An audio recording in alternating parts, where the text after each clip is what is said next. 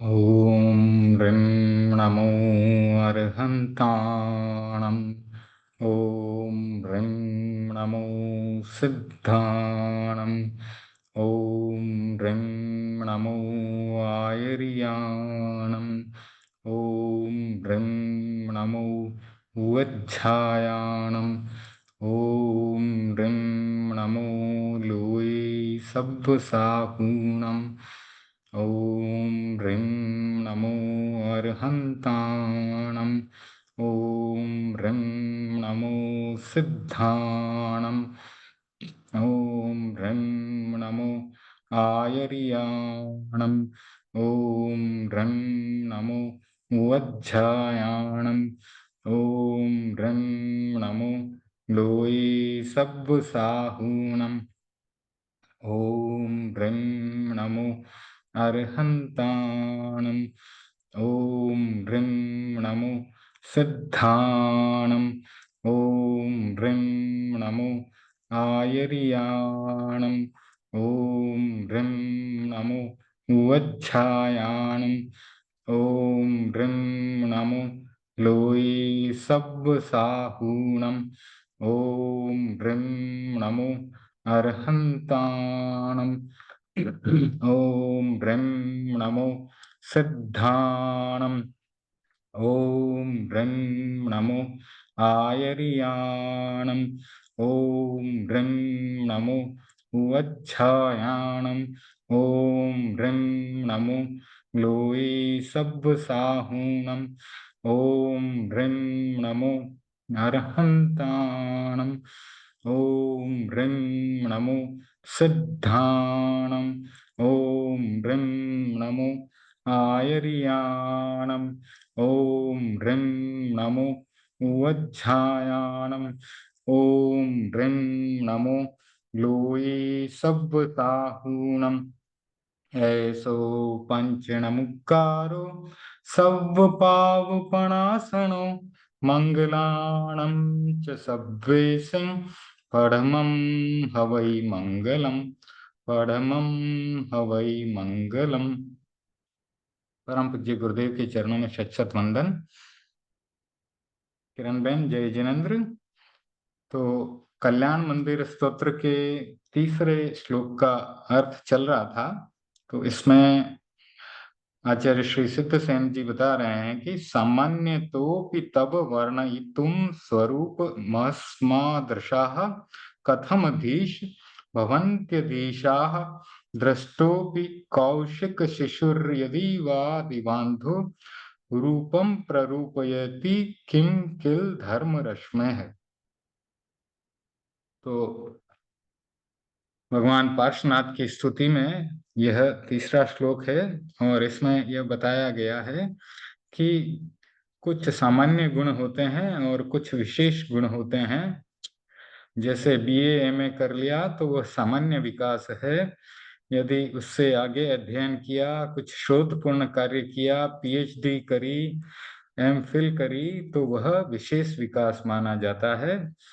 तो इसको एक उदाहरण के साथ समझने के लिए एक छोटी सी कहानी आचार्य श्री महाप्रज्ञ जी ने यहाँ दी है। उसमें बताया गया कि जोधपुर में एक महाराजा थे, उनके सामने समस्या आई। उनके पास खर्चा करने के लिए खजाने में पैसा नहीं था। तो खजाने के बिना शासन कैसे चलेगा, तो इसके बारे में चिंतन चला। मंत्रियों को बुलाया गया कि आगे क्या किया जाए। अभी भी गवर्नमेंट के पास जब पैसा नहीं होता है तो वो टैक्स बढ़ा देते हैं। तो उस समय भी कुछ मंत्रियों ने सुझाव दिया कि टैक्स बढ़ा दिया जाए, व्यापारियों से, किसानों से टैक्स लो और खजाने को भर लो। तो ये एक सामान्य चिंतन था, सतही चिंतन और क्षमता वाले लोगों का ये विचार था। लेकिन वहाँ एक ओसवाल समाज के एक दीवान थे जो कि बुद्धिमान थे। उन्होंने बताया कि ऐसा करना अच्छा नहीं होगा। हम कर बढ़ाएंगे, टैक्स बढ़ाएंगे तो प्रजा दुखी बन जाएगी, इससे महंगाई भी बढ़ेगी। तो आज भी महंगाई बढ़ती है तो प्रजा को दुखी होना पड़ता है। इसलिए शासन भी अच्छा नहीं होता और वैसा शासक भी, वैसा राजा भी अच्छा नहीं होता जो प्रजा को दुखी बनाए। तब राजा ने पूछा कि कर नहीं बढ़ाएं, टैक्स नहीं बढ़ाएंगे तो हम क्या करेंगे। तो वो दीवान प्रतिभा संपन्न संपन्न था, बुद्धिमान था। उसने कहा कि महाराज, जो खजाने के बही खाते हैं उसका पुराना बही खाता लेकर के आए, उनको हम पढ़ेंगे। तो पुराने बही खाते मंगाए गए। उसमें एक जगह लिखा हुआ था कि यदि कभी राज्य के ऊपर संकट आ जाए, कोई जरूरत पड़ जाए, तो खाटू और मकराना के बीच में गड़ा हुआ धन निकाल लेना। एक खाटू राजस्थान में एक गांव है, मकराना भी एक गांव है।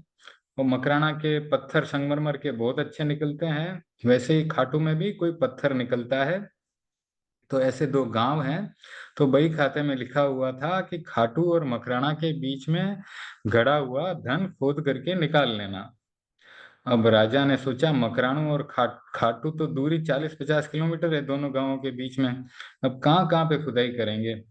तो सामान्य ज्ञान वाले सभासद जो थे, मंत्री थे, वो बोले कि ये तो असंभव बात है। लेकिन जो वो दीवान था, जो कि बुद्धिमान था, उसने कहा कि महाराज, आप एक काम करें, आप अपने आसन से थोड़ा खड़े हो जाएं। मैं थोड़ा आपको कष्ट दूंगा, लेकिन आप आपका सिंहासन है, वहां से खड़े हो जाएं। तो उस दीवान ने जब अनुरोध किया तो राजा वहां से हट गए। तब दीवान ने कहा, सिंहासन को यहाँ से हटाओ। तो सिंहासन को हटाया गया, कुर्सी को हटाया गया राजा की, और मजदूरों को बुलाया गया। मजदूरों ने उस जब सिंहासन को, कुर्सी को हटाया और उसके नीचे के भाग को देखा, तो वहां पे देखा कि अपने यहाँ पे भी जो घर में टाइल्स बिछी होती है ना, वैसे वहां पे भी संगमरमर के पत्थर लगे हुए थे। तो उनको देख करके मंत्री ने बोला कि अच्छा, ये बात है। तो जैसे ही उसने उस कुर्सी के नीचे, राजा के सिंहासन के नीचे के भाग को देखा, तो बोला कि अब समस्या का समाधान हो गया, अभी हमारी प्रॉब्लम सॉल्व हो गई। तब सबने जरा आश्चर्यचकित होकर के पूछा, सबको सरप्राइज हो गया कि ऐसा क्या समाधान मिल गया, इधर क्या सॉल्यूशन मिल गया। तो फिर मंत्री ने बताया कि महाराज, ये जो सिंहासन है, ये कुर्सी है, इसके नीचे जो पत्थर लगे हैं, एक तरफ मकराने का संगमरमर का पत्थर लगा हुआ है और दूसरी ओर खाटू से आए हुए खानों का पत्थर लगा हुआ है। तो इसीलिए बही खाते में लिखा है कि मकराने और खाटू के बीच में खुदाई करो। तो अब आप ये मकराने के पत्थर लगे हैं, इनको हटाओ, और खाटू के पत्थर हैं, इनको भी हटाओ, और इनके नीचे खुदाई करो। तो सिंहासन के नीचे, कुर्सी के नीचे ही खुदाई करी गई, और वहीं पे खजाना मिल गया उनको। तो जब मजदूरों ने दोनों पत्थरों को हटाया, वहां पे खुदाई की, तो वहां से बहुत बड़ा खजाना निकला और राज्य का काम हो गया। जो मुसीबत आई थी पैसों की, वो जो है तकलीफ उनकी दूर हो गई। तो उस दीवान के पास विशेष गुण था, इसके कारण इस समस्या का समाधान मिल गया। तो तर्क शास्त्र में भी सामान्य गुण और विशेष गुण की चर्चा मिलती है। अमूर्तत्व आदि सामान्य गुण हैं। अमूर्तत्व सामान्य गुण होता है जीव का, जीव भी अमूर्त होता है, क्योंकि जीव जो होता है वो हमारी आंखों से दिखाई नहीं देता। आत्मा को हमारी अपनी आंखों से देखना मुश्किल है, नहीं दिखाई पड़ती है। धर्मास्तिकाय भी अमूर्त है, यह सामान्य गुण है, दोनों में मिलता है। लेकिन धर्मास्तिकाय में चेतना नहीं होती है, पर जीव में चेतना होती है, यह विशेष बात है। अमूर्त तत्व जीव का विशेष गुण नहीं है, वह जड़ में भी है और चेतन में भी है। किंतु चेतना जो है जीव का विशेष गुण है, वह जीव में है किंतु अचेतन में नहीं है।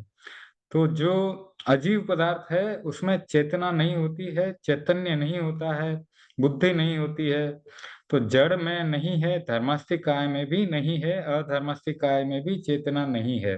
कुर्सी में भी चेतना नहीं है, टेबल में भी चेतना नहीं है। तो सिद्ध सेन जी कह रहे हैं, सामान्य तोपि तव वर्णितम स्वरूपम। तो भगवान, आपके सामान्य गुणों का वर्णन करना भी मेरे लिए मुश्किल काम है। आपके सामान्य गुणों का वर्णन करने में भी मेरे जैसे अल्प बुद्धि वाले व्यक्ति को कठिनाई हो रही है।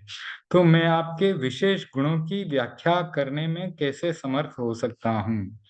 तो आचार्य श्री सिद्ध सेन जी के मन में बातें आ रही हैं, और एक एक श्लोक वो बनाते जा रहे हैं, वो भगवान की प्रशंसा में कहते हैं कि आपके सामान्य गुणों का वर्णन करना मेरी जैसे अल्प बुद्धि के व्यक्ति के लिए मुश्किल है, तो भी मैं आपका स्तवन करूंगा। स्वामिन, मेरे मन में इच्छा पैदा हुई है और संकल्प कर लिया है कि मुझे इतना बड़ा मकान बनाना है। कुछ सामग्री भी मंगा ली है। अब सोचता हूँ कि मुझे बहुमंजिला मकान बनाना है। पास में शक्ति कितनी कम है, पैसा भी कितना कम है, कैसे होगा? चिंतन भी दो प्रकार का होता है, प्राक चिंतन और उत्तर चिंतन। प्राक चिंतन एक चिंतन कार्य शुरू करने से पहले होता है। काम शुरू किया उसके पहले हम प्लानिंग करते हैं, सोचते हैं, विचार करते हैं। और एक होता है उत्तर चिंतन कि काम तो शुरू कर लिया लेकिन चिंतन बाद में करना है। तो सिद्ध सेन जी ने सोचा, मैंने स्तवन तो शुरू कर दिया, 2-3 श्लोक बन भी गए हैं, अब आगे क्या करना है? मैंने स्तवन शुरू कर दिया, मेरे पास इतनी शक्ति नहीं है, मैं कैसे करूंगा? तो आचार्य सिद्ध सेन जी भी उलझन में पड़ गए, अब मैं क्या करूं? तब उन्होंने प्रकृति को देखा, सोचा। और कवि जो होते हैं वो उपमाओं से काम लेते हैं। कभी चांद की उपमा दे देते हैं, कभी सूरज की उपमा दे देते हैं। तो यहाँ पे भी उन्होंने एक उदाहरण से काम लिया। संस्कृत और हिंदी साहित्य में उपमा एक अलंकार है। उपमा का सामान्य अर्थ है तुलना करना। आचार्य की स्थिति कैसी बन गई, इसे उपमा के द्वारा समझाने का प्रयास किया गया। तो अब ये एक लाइन आई उसमें, दृष्टोपि कौशिक शिशुर यदि वा दिवांधः। तो कौशिक शिशु जो है उल्लू का बच्चा है, बहुत होशियार है। पशु पक्षियों में भी कुछ पशु पक्षी बहुत चतुर होते हैं। तो जो उल्लू है वो भी बहुत चतुर है। कोयल भी अपनी जाति में बहुत होशियार मानी जाती है। तो यह न माने कि केवल मनुष्य ही होशियार होता है। संस्कृत भाषा कोश में कोकिल का एक नाम है परभृतः। परभृतः इसलिए बताया गया कि कोयल जो है अपने अंडे का सेवन स्वयं नहीं करती है।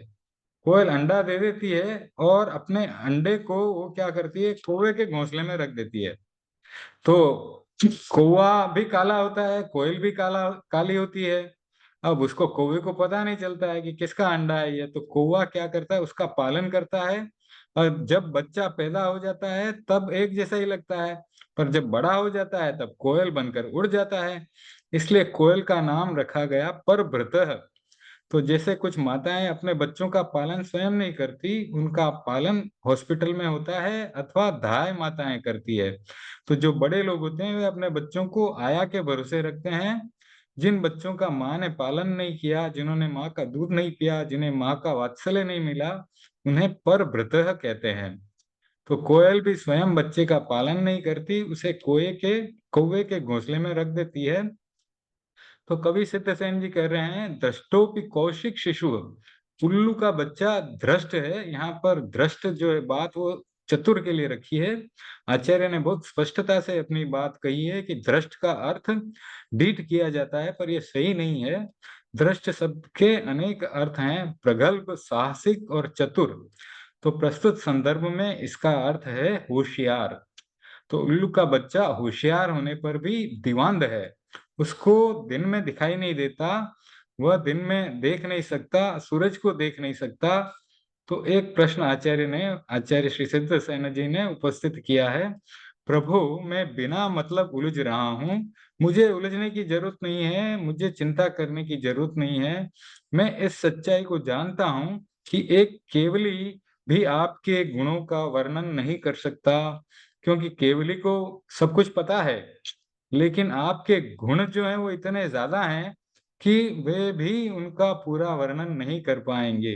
तो जिसने कभी सूर्य को नहीं देखा, सूर्य की रश्मियों को नहीं देखा, सूर्य के प्रकाश को नहीं देखा, वह उल्लू का बच्चा अगर कहे कि आओ बैठो, मैं तुम्हें सूर्य के बारे में सब कुछ बताऊंगा, तो सूर्य की रश्मियों का, सूर्य के प्रकाश का वर्णन करूंगा, तो ये कितना विचित्र लगेगा।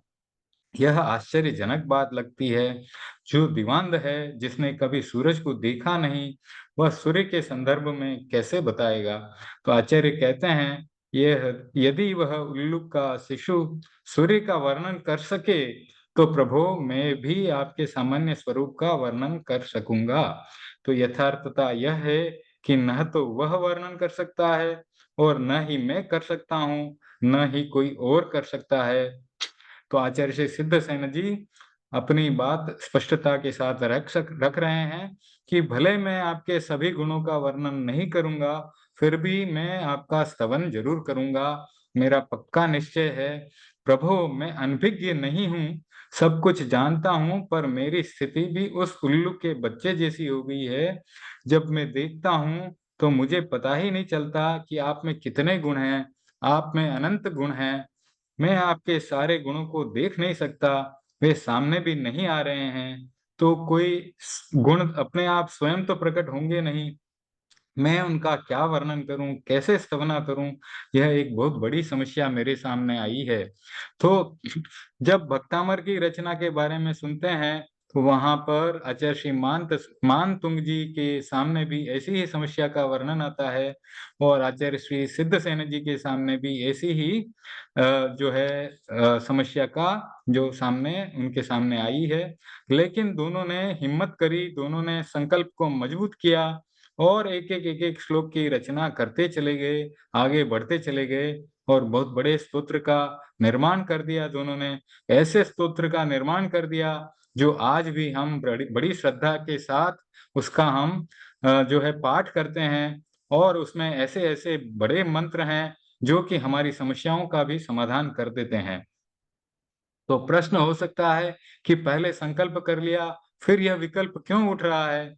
पहले सोच समझकर संकल्प करना चाहिए था। संकल्प कर तो लिया, फिर विकल्प क्यों? यद्यपि चिंतन पूर्वक संकल्प किया है, फिर भी विकल्प का अवकाश रहता है। जहाँ मानसिक तरंग है, विकल्प उठते रहते हैं, मन में अलग-अलग तरह की भावनाएँ आती रहती है। हर चीज़ के साथ उठते हैं, उससे संकल्प त्रुटित नहीं होता है। संकल्प की पूर्ति में जो समस्याएँ सामने आ रही हैं, उन पर विचार किया जा रहा है। आचार्य श्री विचार कर रहे हैं उसके ऊपर और आगे बढ़ रहे हैं। यह संकल्प के प्रति संदेह नहीं है, संशय नहीं है, यह दृढ़ निश्चय है। उनके दृढ़ निश्चय को बता रहा है कि निश्चय की क्रियान्वती से पूर्व व्यक्ति अपनी क्षमता और स्थिति का आकलन करता है। आचार्य श्री सिद्धसेन जी भी इसी भाषा में सोच रहे हैं कि मेरी क्षमता क्या है? मैं कितना कर पाऊँगा और कैसे कर पाऊँगा? समझदार आदमी उलझन को भी सुलझा लेता है और जहाँ भी भटकता है, वहाँ कोई न कोई रास्ता निकाल लेता है। तो इस उलझन से आचार्य श्री क्या रास्ता निकालते हैं, स्तुति को कैसे आगे बढ़ाते हैं, वो अगले पाठ में आएगा। तो अभी इस पाठ का पूरा अर्थ पढ़ लेते हैं। सामान्यतोऽपि तव वर्णयितुं स्वरूप।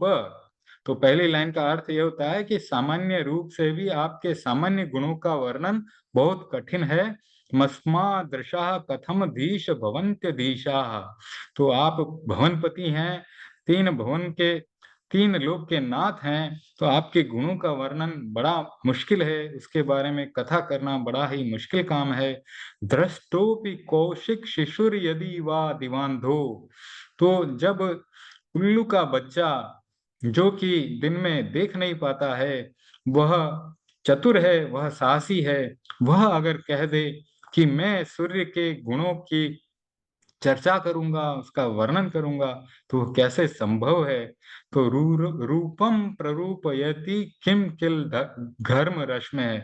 तो वह कह दे कि मैं सूर्य की रश्मियों का प्ररूपण करूँगा, उसका वर्णन करूँगा, तो वह संभव नहीं है, वह बड़ा ही मुश्किल काम है। उसी प्रकार से मेरे सामने भी यह मुश्किल आ रही है कि मैं आपके सामान्य गुणों का भी वर्णन करने में अपने आप को असमर्थ पा रहा हूँ, तो आपके विशेष गुणों का तो वर्णन कैसे कर पाऊँगा?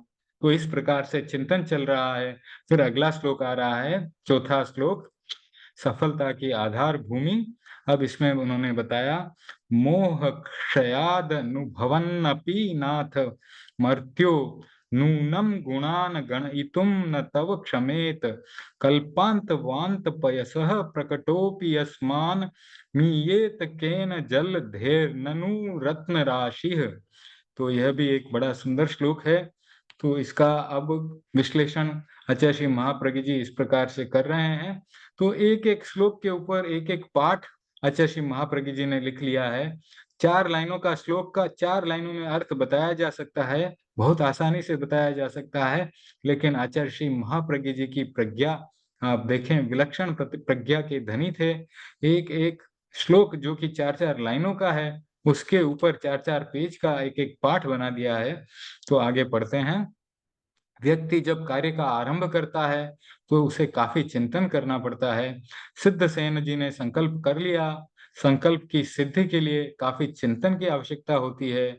उन्होंने कोई शुभ मुहूर्त नहीं देखा और देखा कि नहीं देखा, आचार्य श्री लिख रहे हैं कि मुझे पता नहीं। अब लाडनू में यह घोषणा हो गई कि हमें श्री डूंगरगढ़ जाना है। यात्रा की योजना का सारा दायित्व महाश्रमण जी पर रहता था उस समय।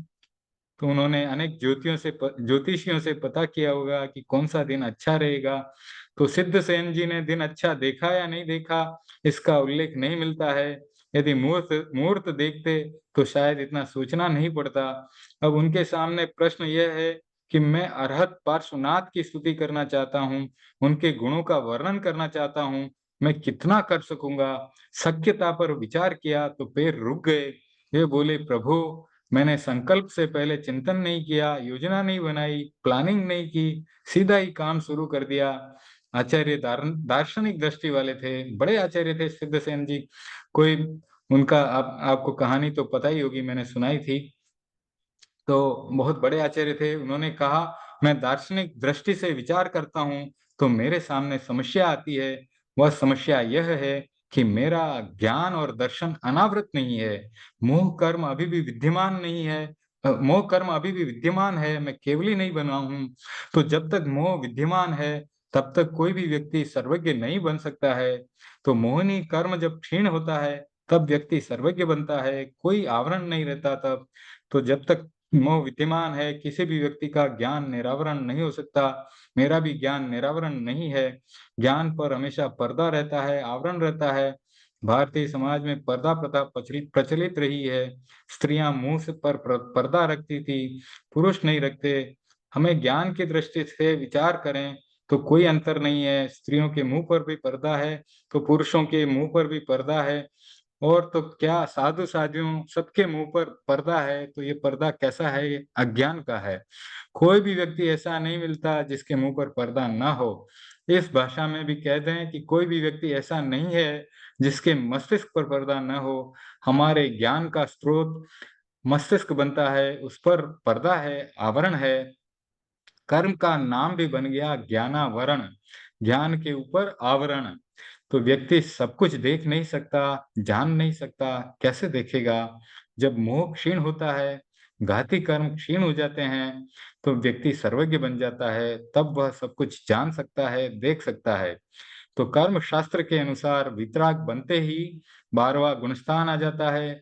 मोर मोह कर्म क्षीण हो गया, फिर ज्ञानावरण, दर्शनावरण और अंतराय कर्म भी टिक नहीं पाता है, क्योंकि मोह कर्म तो सेनापति है, बाकी के 8 कर्मों का जो है सेनापति बताया गया है, राजा बताया गया है उसे। तो उन्हें टिकाने वाला कौन है? वह है मोह कर्म। तो मोह कर्म के बिना घाती कर्म टिक नहीं सकते। दशाश्रुत स्कंद में बतलाया गया है कि सेनावत्तिमिम निहते जधा सेना पणसति एवं कम्मा पणसंति मोहनिजे खयम गते। यानी सेनापति जब भाग जाता है, तो फिर सेना कहाँ ठहरेगी? मोह कर्म भी सेनापति की तरह है, वह चला गया तो शेष 3 घाती कर्म अपने आप भाग जाएंगे। तो कर्म वैसे 8 बतलाए गए हैं, ज्ञानावरणीय, दर्शनावरणीय, वेदनीय, मोहनीय, आयुष्य, नाम, गोत्र और अंतराय। तो वास्तव में विचार करें तो कर्मों का स्वामी जो है वो मोहिनी कर्म है, शेष सब तो उसके अनुचर हैं, उसके नौकर हैं। तो मूल कर्म है मोह। जिस व्यक्ति का जितना मोह प्रबल है, उतना ही वह असत्य की दिशा में जाएगा, सत्य को पकड़ नहीं पाएगा। तो जिस व्यक्ति का मोह जितना शांत है, वह उतना ही सत्य को समझ सकेगा, पकड़ सकेगा। बहुत सारे विद्वान हैं, ज्ञानी हैं, सत्य की खोज करते हैं। क्या हम यह मान लें कि उनका मोह कम है? तो इस प्रश्न का उत्तर भी मुझे बहुत कठिन नहीं लगता है। तो मैंने जहाँ तक समझा है, जो सत्य की खोज करने वाले वैज्ञानिक हैं, वे एक प्रकार से उपशांत मोह वाले होते हैं। तो अब आचार्य श्री महाप्रज्ञ जी एक विचार यहाँ रख रहे हैं और उस विचार के सामने वो 2-3 उदाहरण के साथ उसको सिद्ध करने की कोशिश भी कर रहे हैं कि देखो, जो भी व्यक्ति का मोह कर्म जो शांत होता है, उसके सामने ज्ञान स्वयं प्रकट होने लगता है। बड़े-बड़े वैज्ञानिक जो होते हैं, खोज करने वाले होते हैं, वो भी उनका भी मोह जो है बहुत ही उपशांत होता है। वो कितनी मेहनत करते हैं, कितना उनमें धैर्य होता है कि खोज करते-करते कितनी बार वो फेल होते हैं।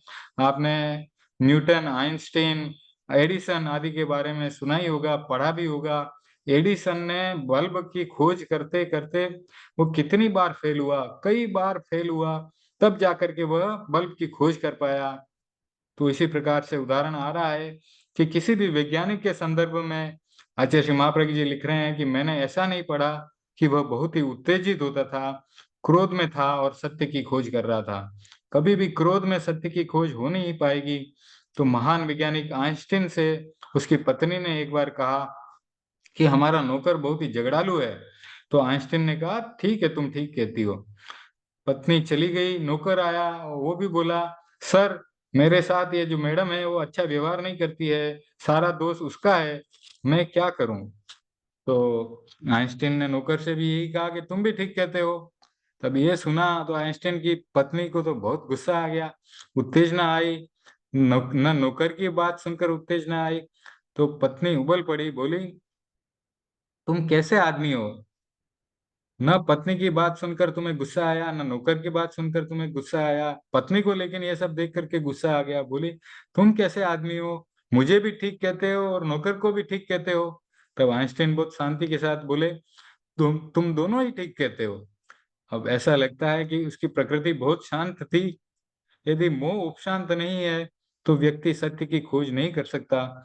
जब मोह प्रबल होता है, तब मन की गहरी एकाग्रता नहीं हो सकती। वो कंसंट्रेशन, वो फोकस नहीं आ सकता।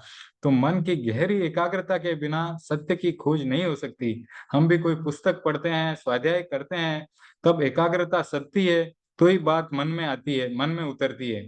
तो जो पुस्तक में लिखा है वो भीतर उतरने के लिए एकाग्रता चाहिए। जो बात सुन रहे हैं उसको भी भीतर उतरने के लिए एकाग्रता चाहिए। तो जिस व्यक्ति को सत्य की खोज करनी है, उसे शांत और दांत होना पड़ता है। बहुत सारी बाहरी बातों को भूलना पड़ता है। वैज्ञानिक न्यूटन के बारे में बताया जा रहा है कि वैज्ञानिक न्यूटन के सामने एक अ, काम आ गया, तो उसने बढ़ई को बुलाया, जो सुथार होता है उसको बुलाया। तो उसको कहा, सुथार को, कि भाई इस दरवाजे पर 2 खिड़कियां बना दो। तो सुथार ने पूछा, सर ऐसा क्यों? तो न्यूटन ने कहा कि मेरे एक कुत्ता है और एक बिल्ली है, कुत्ता बड़ा है और बिल्ली छोटी है, तो कुत्ते के लिए एक बड़ी खिड़की बनाना और बिल्ली के लिए एक छोटी खिड़की बनाना।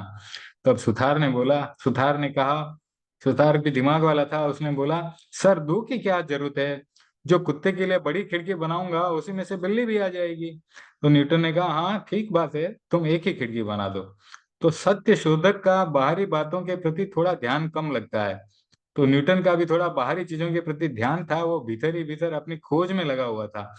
तो जिसका बाहरी बातों के प्रति ध्यान ज्यादा होता है, वह सत्य की खोज नहीं कर पाता है।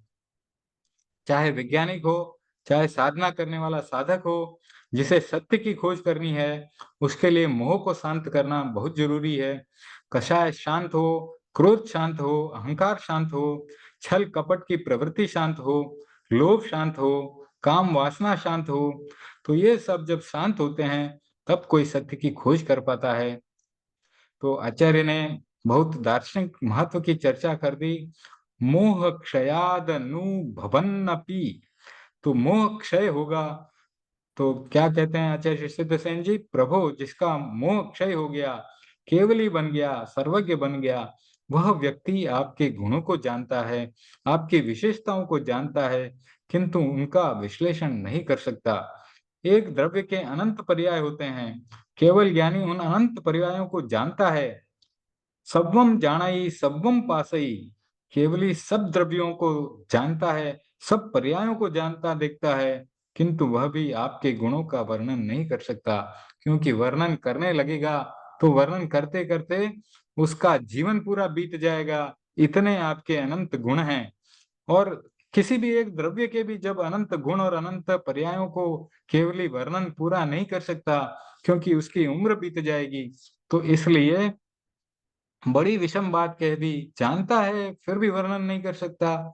यहाँ भी एक दार्शनिक तथ्य है, ज्ञातव्य है कि कहना और जानना दो बातें हैं। जानना ज्ञान का काम है और कहना नाम कर्म से संबंध रखता है। जो हम बोलते हैं, जो ये हमारा शरीर है, वह नाम कर्म के आधार पर बना हुआ है। हमारा शरीर, स्वर यंत्र और काल समय, समय आखिर कितना है? कोई व्यक्ति 100 वर्ष जीता है, पुराने युग की बात करें तो एक पलियोपम जीता है। काल तो आखिर सीमित है, काल सीमित है, शरीर की शक्ति भी सीमित है। स्वर यंत्र कितना काम करेगा, कब तक बोलेगा? यदि निरंतर बोलता जाएगा तो समस्या पैदा हो जाएगी। जो ज्यादा बोलता है उसके मस्तिष्क की ऊर्जा कम होती है, जो कम बोलता है उसका मस्तिष्क ठीक काम करता है। तो जो ज्यादा बोलता है उसकी ऊर्जा बोलने में खप जाती है, फिर मस्तिष्क को पर्याप्त ऊर्जा नहीं मिलती। तो इसीलिए कहा गया कि ज्यादा मत बोलो, वाणी का संयम करो। वस्तुतः मौन का मतलब ठीक, मौन का मतलब ठीक समझा नहीं जा रहा है। घंटा 2 घंटा मौन किया और पूरे दिन में उसकी कसर निकाल दी, तो यह मौन का मतलब नहीं है। मौन का मतलब है वाणी का संयम, वचन की गुप्ती, अनावश्यक नहीं बोलना। जो व्यक्ति अनावश्यक नहीं बोलता, वह सबसे बढ़िया मौन करता है। आवश्यकता हो तभी बोलें। आचार्य श्री महाशमन जी के दर्शन करने हम जाते हैं, तो हम 5 मिनट बोलेंगे तो आचार्य श्री सिर्फ मुस्कुरा करके उसका जवाब दे देंगे। तो आचार्य श्री महाशमन जी की वाक गुप्ती इतनी सधी हुई है कि जरूरत है उतना ही बोलना है, जरूरत नहीं है तो बिल्कुल नहीं बोलना है। जरूरत अगर हाँ बोलने से हो जाती है पूरी तो सिर्फ हाँ बोल देते हैं, जरूरत ना बोलने से हो जाती है पूरी तो सिर्फ ना बोल देते हैं, और उन दोनों की भी अगर जरूरत नहीं है तो सिर्फ मुस्कान से काम चला लेते हैं। इतनी उनकी वाक वाणी के ऊपर इतना उनका संयम है। तो जब जरूरत हो तब एक दो शब्द कह दिया, अनावश्यक न बोलना। मैं इसे मौन मानता हूं, उतना ही बोलें जितना कि आवश्यक है। मैंने, आचार्य श्री महाप्रज्ञ जी लिख रहे हैं, मैंने गुरुदेव को देखा, कालुगणी को देखा, अनेक साधु साधियों को देखा। वाणी का बड़ा संयम था, बहुत कम बोलते थे, इसीलिए उनकी ऊर्जा कम खर्च होती थी। जो दिन भर बोलता रहता है, अनावश्यक बोलता है, उसकी मस्तिष्कीय शक्ति भी कम हो जाती है। आचार्य सिद्धसेन जी ने कहा, केवली सब गुणों को जानने वाले हैं, पर बोलना तो केवल ज्ञान का काम नहीं है। बोलना तो शरीर का काम है, स्वर यंत्र का और वाणी का काम है। कितना बोलेगा? बोल नहीं सकेगा। अब वापस प्राकृत का एक श्लोक आ रहा है। पन्न वणिज्या भावा अनंत भागो तू अनभिलप्पाणम पण वणिज्याणम पुन अनंत भागो सुतनिबद्धो। तो कहा गया है कि प्रज्ञापनीय भाव है अनंत और वक्तव्य है एक बिंदु जितना। तो भाव तो बहुत ज्यादा हैं, अनंत हैं, लेकिन बोलने की शक्ति अनंत के सामने एक बिंदु जितनी, सागर के सामने एक बूंद के जितनी। प्रज्ञापनीय भाव हैं समुद्र के समान, तो वक्तव्य है जो कथनीय है वह एक बूंद के समान है। सत्य है एक समुद्र जितना और वक्तव्य है जो कहने योग्य है वह है एक बूंद जितना। इसीलिए जो भिन्न भिन्न दर्शन हैं, भिन्न भिन्न मत हैं, भिन्न भिन्न विचारधाराएं हैं, उनको पूर्ण सत्य मानने का कभी आग्रह न करें। अनेकांत का दर्शन कहता है, जैन धर्म का बहुत बड़ा सिद्धांत है अनेकांत। तो अनेकांत दर्शन कहता है, तुम यह आग्रह मत करो कि तुम जो कहते हो वही सत्य है, जो दूसरा कहता है वह झूठ है, ऐसा मत कहो। सत्य नहीं है ऐसा भी आग्रह मत करो।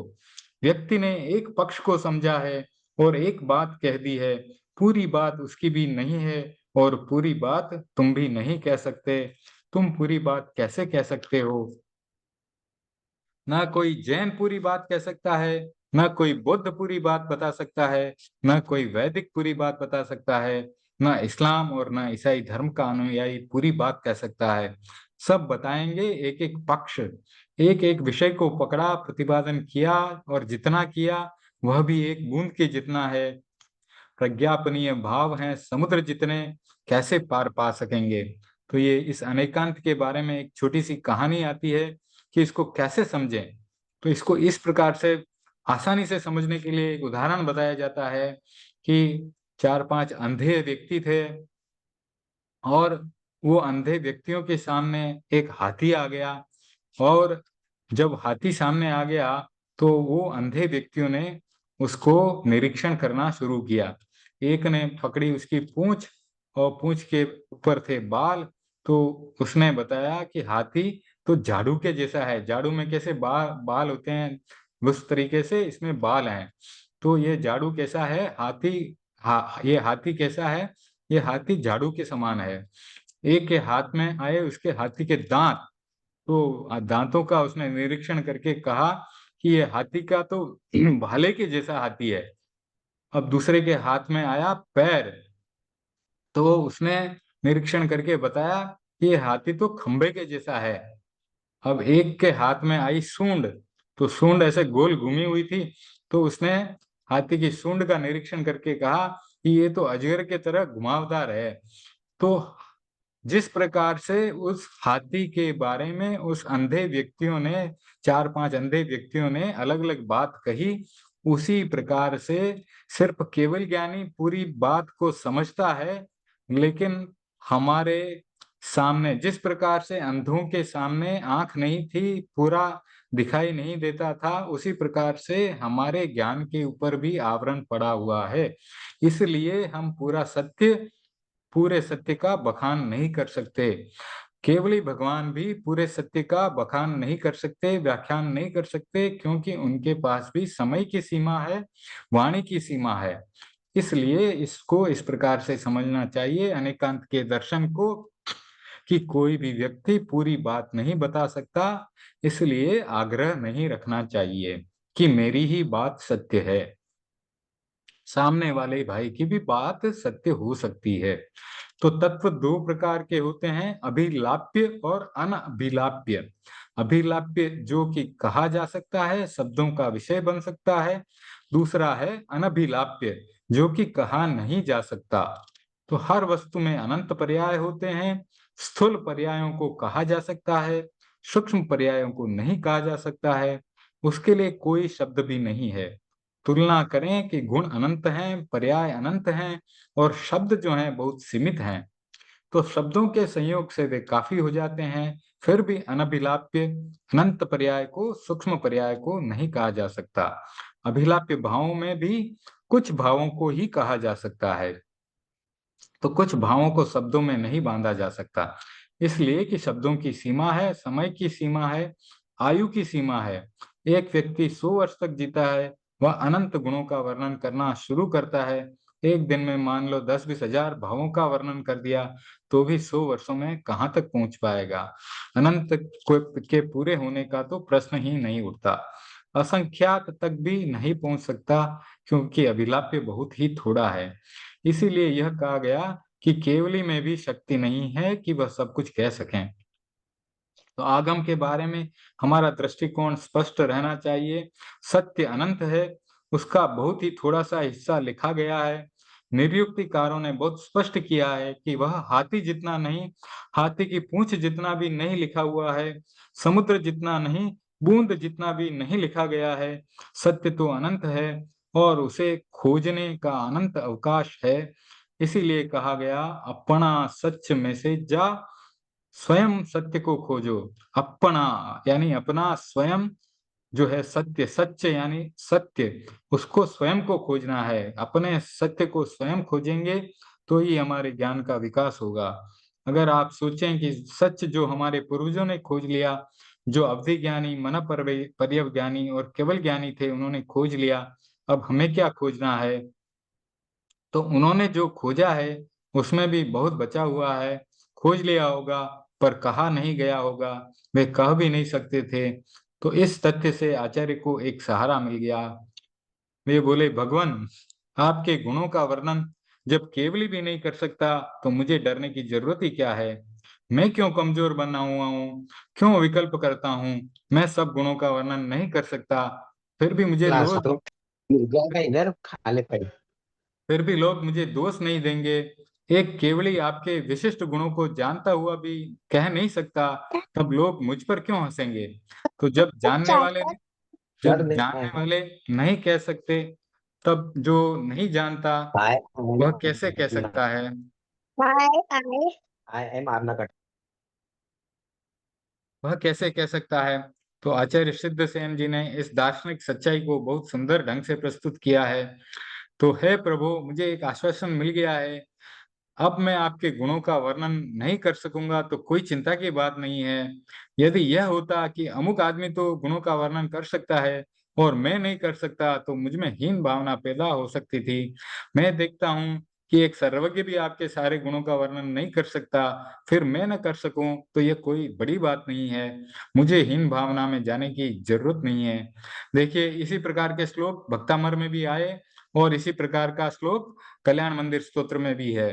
तो दोनों आचार्यों के भीतर में जब स्तोत्र बनाने की शुरुआत की, तब दोनों के भीतर में एक ही प्रकार की भावना उत्पन्न हुई।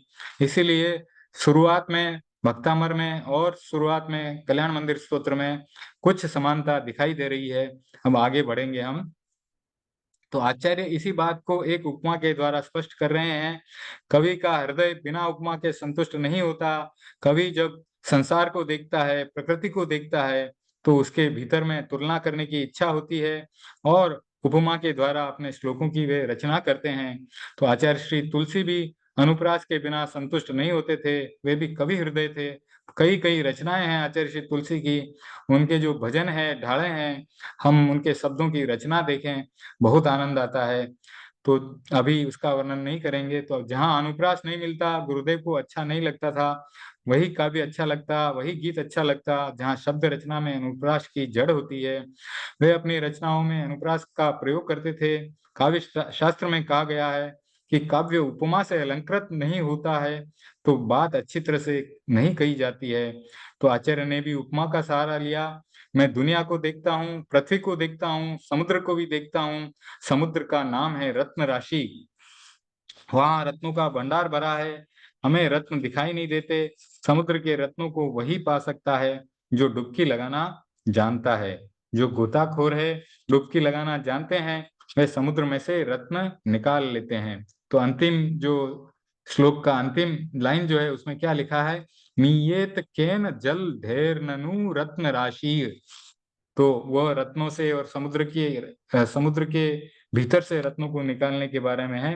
तो सामान्य तूफान समुद्र में आते रहते हैं, किंतु जब प्रलय का तूफान आता है, तब सारा पानी जो है भूमि पर आ जाता है। तो इसी श्लोक की तीसरी लाइन में क्या लिखा है? कल्पांत वांत पयसः प्रकटोपि यश्मान मीयेत केन जल धैर ननु रत्न राशि। यानी कि जब कल्पांत काल की बात चलती है, कल्पांत काल का जो तूफान आता है, उसमें जो हवा चलती है, उससे क्या होता है कि जल की राशि इधर से उधर हो जाती है, एक जगह से दूसरी जगह चली जाती है। तो जब प्रलय का तूफान आता है, तब सारा पानी जो है भूमि पर आ जाता है। यानी समुद्र का पानी उठ करके पृथ्वी पर आ जाता है। चारों तरफ पानी पानी फैल जाता है और भूमि जो है पानी में डूब जाती है। बड़ी भयंकर स्थिति बनती है। कुछ वर्ष पहले उड़ीसा में भी तूफान आया था। तो ऐसे तूफान आते रहते हैं। आंध्र प्रदेश में भी तूफान आया, बड़ी भयंकर स्थिति बन गई। लाखों आदमी बेघर बार हो गए, अरबों खरबों रुपयों का नुकसान हो गया। तो यह सामान्य तूफान की स्थिति है। लेकिन जब प्रलय काल का तूफान आता है, तब पवन बड़ा विचित्र होता है। तो वह समुद्र के पानी को इतना दूर फेंक देता है कि समुद्र खाली हो जाता है। तो जहाँ जहाँ जमीन है वहां समुद्र बन जाता है, और जहाँ समुद्र है वहां पर पानी पानी खत्म हो जाता है, वहां की धरती दिखाई देने लग जाती है। तो इतिहास को पढ़ने वाले जानते हैं कि जहां पर आज रेगिस्तान है, रेतीले टीले हैं, वहां कभी समुद्र था। तो वह जल और स्थल का परिवर्तन होता रहता है। जहां स्थल है वहां समुद्र बन जाता है, और जहां समुद्र है वहां स्थल बन जाता है। तो प्रलय काल में इतना बड़ा परिवर्तन हो जाता है कि न तो पहाड़ का पता, न समुद्र का पता, न स्थल भूभाग का पता। जब प्रलय काल की हवा चलती है, तो प्रबलतम वेग से वायु का झोंका आता है। तब क्या होता है कि इसे समुद्र के तट पर रहने वाले ही जानते हैं। तो कवि ने कहा, प्रभो, प्रलय काल की हवा चली, उसने समुद्र का पानी फेंक दिया, समुद्र खाली हो गया। जितनी संपत्ति पृथ्वी पर है उससे कई गुना समुद्र संपत्ति जो है वो समुद्र पर है। तो समुद्र का एक नाम है रत्नाकर, रत्नों की खान। तो जब पानी चला गया तो चारों तरफ क्या दिखाई देगा? मिट्टी, बालू, रेत और रत्न ही रत्न दिखाई देने लगते हैं। तो जब प्रलय काल की हवा चली, उस लाइन को फिर से पढ़ते हैं। कल्पांत वांत पयसः प्रकटोपि अस्मान, मियेत केन जल धैर्ननु रत्न राशि। तो कल्पांत काल की हवा चली और सारा पानी समुद्र का खाली हो गया। अब वहां पर मिट्टी और रत्न ही रत्न दिखाई दे रहे हैं, क्योंकि समुद्र तो रत्नों की खान है, रत्नाकर है, तो उसके सारे रत्न बाहर दिखाई दे रहे हैं। अब आचार्य सिद्धसेन जी इस स्थिति का चित्रण करते हुए कह रहे हैं, प्रभु, क्या कोई व्यक्ति उन बिखरे हुए अनगिनत रत्नों की गिनती कर सकता है क्या? किसी आदमी को कह दें कि जाओ समुद्र के सारे रत्नों की गिनती करके आओ, तो क्या यह संभव है? नहीं। जो अमाप्य है, अगम्य है, असंख्य हैं, जिनकी संख्या नहीं की जा सकती, जिनको मापा नहीं जा सकता, अगर उन्हें कोई गिन नहीं पाए तो यह उसकी कमजोरी नहीं समझी जाएगी। तो कितना सुंदर उदाहरण के साथ आचार्य श्री सिद्धसेन जी अपनी कमजोरी को बता रहे हैं। तो कितनी ईमानदारी से बता रहे हैं कि देखो, जब समुद्र का पानी हटा दिया जाए, तो अपने वैदिक साहित्य में भी समुद्र मंथन की बात आती है। कभी आपने घटनाएं सुनी होगी। तो समुद्र मंथन के द्वारा लक्ष्मी जी प्रकट हुई थी और अमृत भी प्रकट हुआ था। तो ये कहानी कभी बाद में ली जा सकती है। तो वैदिक साहित्य में भी समुद्र से रत्नों को निकाला गया।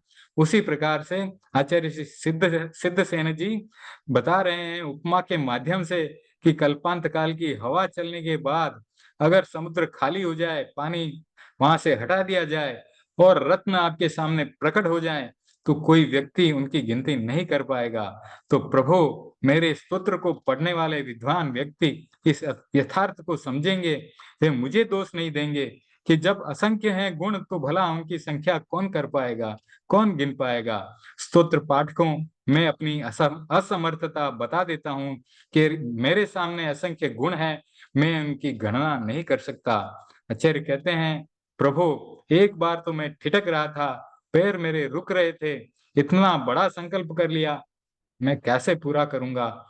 पर अब मुझे एक आश्वासन मिल गया। कोई मुझे कहेगा कि आपने स्तुति का संकल्प किया, पर किया क्या? तो मैं कह दूंगा कि केवली ने क्या किया, पूरा वे भी बता नहीं सके और पूरा मैं भी नहीं बता सकता। दोनों की बात समान हो गई। हीन भावना की क्या आवश्यकता है? इस चिंतन से संकल्प को बल मिल गया। देखिए, अब वे मजबूती से संकल्प को और मजबूत करके आगे बढ़ रहे हैं। व्यक्ति कोई काम शुरू करता है तो विकल्प तो उठते ही हैं, और बड़ा काम करने में तो और भी ज्यादा विकल्प उठते हैं। इतने विकल्प उठते हैं कि कल्पना नहीं की जा सकती। सामान्य आदमी रसोई बनाने बैठता है तो विकल्प उठ जाते हैं कि आज क्या बनाएं, सब्जी कौन सी बनाएं, मिठाई कौन सी बनाएं, रोटी बनाए कि पराठा बनाएं, पूरी बनाए कि क्या बनाएं। तो व्यापार करता है तो भी अनेक विकल्प उठ जाते हैं, कौन सा धंधा करूं। अब श्री महाप्रज्ञ जी लिख रहे हैं, मेरे पास एक व्यक्ति आया, बोला क्या करूं, एक समस्या है। तो आचार्य श्री महाप्रज्ञ जी ने पूछा कि क्या समस्या है बताओ। वह बोला कि कभी सोचता हूँ कि कपड़े का काम करूं, कभी दूसरा विकल्प आ जाता है कि अनाज का काम करूं, थोड़ी देर बाद विकल्प आता है कि जवाहरात का काम अच्छा है वो कर लूं, कभी विकल्प आता है कि कोई फैक्ट्री लगा लूं। तो इतने विकल्प आते हैं कि मैं कुछ निर्णय नहीं कर पा रहा हूँ। तो आचार्य श्री महाप्रज्ञ जी ने कहा कि एक विकल्प बहुत है, संकल्प और विकल्प से सारा संसार चल रहा है, आखिर निर्णय करना पड़ता है।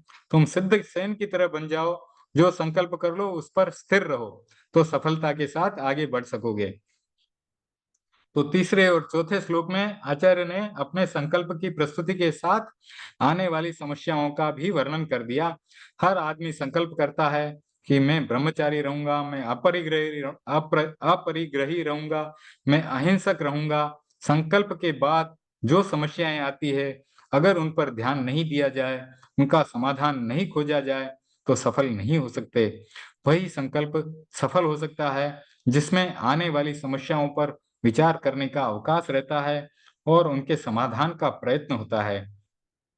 तो आचार्य के सामने पहली समस्या थी वर्णन की, इसलिए पहले ही स्पष्ट कर दिया कि मैं आपके स्वरूप का पूरा वर्णन नहीं कर सकता। दूसरी समस्या थी गुणों की गणना करने की, तो आचार्य ने कहा आप में अनंत गुण हैं, मैं आपके गुणों की गणना नहीं कर सकता। न वर्णन की समस्या और न गणना की समस्या। सिद्धसेन ने बहुत गहराई से विश्लेषण किया है।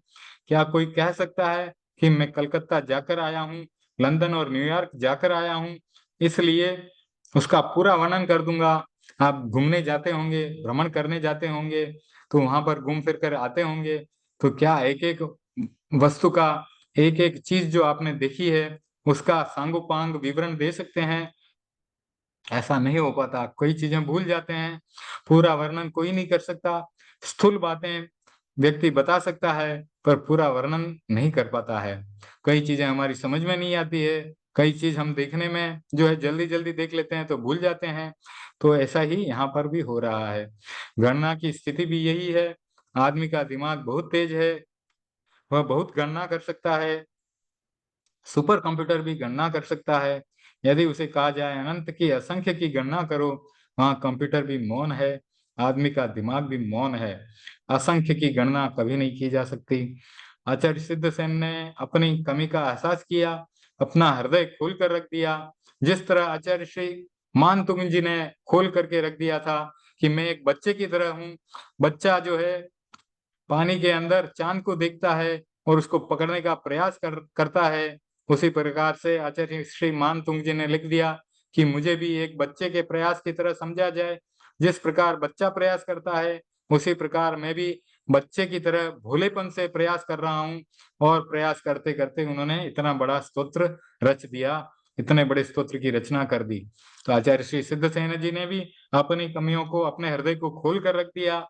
कल्याण मंदिर का पाठ करते समय आचार्य श्री की भावना का आदर करें और उस गहराई तक पहुंचने का प्रयत्न करें जिस गहराई में जाकर आचार्य श्री ने स्तुति करने का संकल्प लिया है। तो आखिर एक संकल्प पर आदमी को दृढ़ होना होता है। जो एक संकल्प पर दृढ़ नहीं होता, आज कुछ संकल्प कल कुछ और संकल्प, वह कभी सफल नहीं हो पाता। संकल्प में उलझनें आती हैं, विकल्प आते हैं, जो उनको पार कर लेता है, दृढ़ निश्चय कर लेता है कि मुझे यह काम करना है, वह सफल हो जाता है। आचार्य श्री सिद्धसेन जी ने स्तुति का जो संकल्प किया, उसमें अनेक अनेक विकल्प और उलझने आई, किंतु उनसे मुक्त बनकर यह निश्चय कर लिया कि मैं स्तुति करूंगा। यह निश्चय सफलता की आधार भूमि बन गया। तो यह जो है श्लोक आज पूरा हुआ, चौथा श्लोक।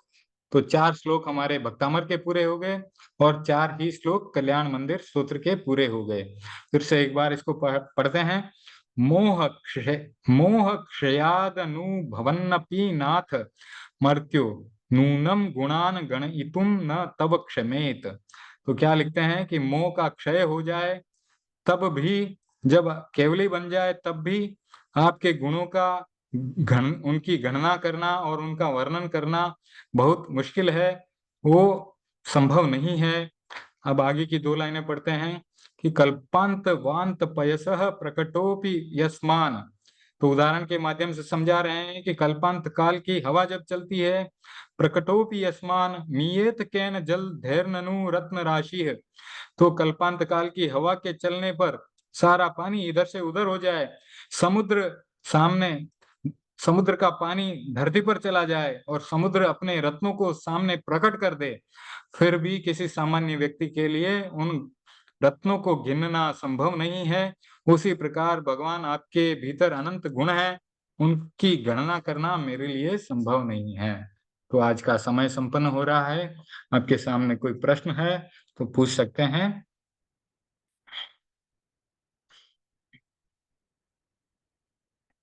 ठीक है, तो सुने, आचार्य श्री के आज्ञा से सुने मंगल पाठ। ओम ह्रीं नमो अर्हन्ताणम्। ओम ह्रीं नमो सिद्धाणम्। ओम ह्रीं नमो आयर्याणम्। ओम ह्रीं नमो वज्झायाणम्। ओम ह्रीं नमो लोई सब साहूणम। ऐसो पंचन मुक्कारो सब पावपणासनो। मंगलाणं च सब्बेसिं परमं हवै मंगलम्। चत्तारि मंगलम् अर्हन्ता मंगलम् सिद्धा मंगलम् साहू मंगलम् केवली पणत्तो धम्मो मंगलम्। चत्तारि लोगुत्तमा अर्हन्ता लोगुत्तमा सिद्धा लोगुत्तमा साहू लोगुत्तमा केवली पणत्तो धम्मो लोगुत्तमो।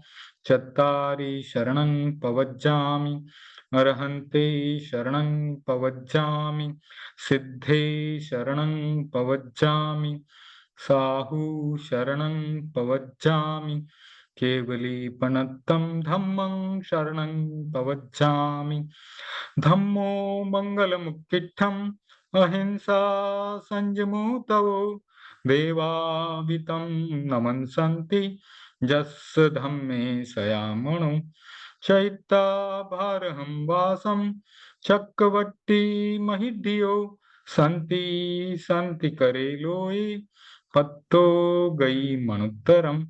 देवदानव गंधर्वा जख रक्षस किन्नरा बंभयारिं नमन्सन्ति दुःखरं ये करन्ति तं। सर्वमङ्गलमाङ्गल्यं सर्वकल्याणकारणं प्रधानं सर्वधर्माणां जैनं जयति शासनं। मङ्गलं भगवान् वीरो मङ्गलं गौतमो गणि मङ्गलं स्थूलिभद्राध्या जैन धर्मोऽस्तु मङ्गलम्। मंगलम मतिमान भिक्षु मंगलम भारमल्लकः मंगलम राय चंद्राध्या मंगलम तुलसी गुरु महाप्रज्ञोस्तु मंगलम महाश्रमणोस्तु मंगलम तेरा पंथोस्तु मंगलम विघ्न हरण मंगल करण स्वाम भिक्षुनो नाम गुण ओळख सुमरण किया सरे अचिंत्य काम। विघ्न हरण मंगल करण स्वाम भिक्षुनो नाम गुण ओळख सुमिरण किया सरे अचिंत्य काम। विघ्न हरण मंगल करण स्वाम भिक्षुनो नाम गुण ओळख सुमिरण किया सरे अचिंत्य काम। सरे अचिंत्य काम सरे अचिंत्य काम। अंगूठे अमृत बसे लब्धि तना भंडार श्री गुरु गौतम सुमरिये मन वांछित फल दातार। मन वांछित फल दातार। ओम अरहम जय जिनेन्द्र।